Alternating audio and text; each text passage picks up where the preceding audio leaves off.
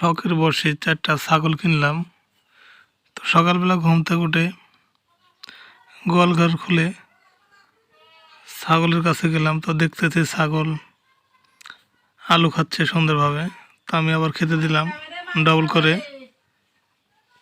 তো দেখতে পাচ্ছেন যে কত সুন্দরভাবে ছাগলগুলো আলু খাচ্ছে। তো আলু মনে হয় খুব বেশি জনপ্রিয় ছাগলের কাছে, তো সেজন্য বেশি করে আলু কিনেছি যেন ছাগলগুলো ভালো করে খেতে পারে।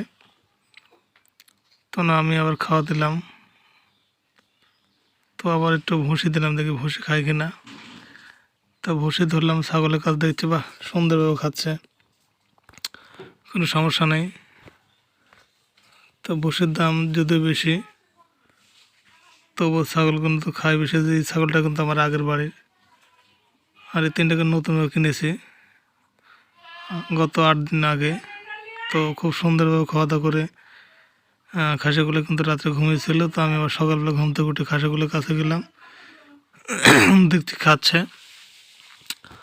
তো এই খাসি কিন্তু একটু আলাদা জাতের, একটু বড়। তো ভালো লাগলো, যেহেতু ওগুলো যদি খায় তাহলে কিন্তু খুব ভালো লাগে। যারা খাসি লালন পালন করেন তারা জানেন যে খাসি যদি খাওয়া দাওয়া করে তাহলে ভালো লাগে, আর যদি খাওয়া দাওয়া না করে তাহলে খুব খারাপ লাগে। তো শখের বশে কিন্তু আমি খাসি কিনলাম।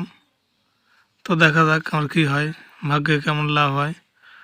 তো পরবর্তী ভিডিওতে আপনাদের দেখাবো যে খাসি বিক্রি করে কেরো পরিমাণ লাভ হচ্ছে। তো 3টা খাসি কিন্তু আমি প্রায় অনেক দামে ক্রয় করেছি, তো বললাম না, পরবর্তী ভিডিওতে আমি কোনোবার বলবো আপনাদের।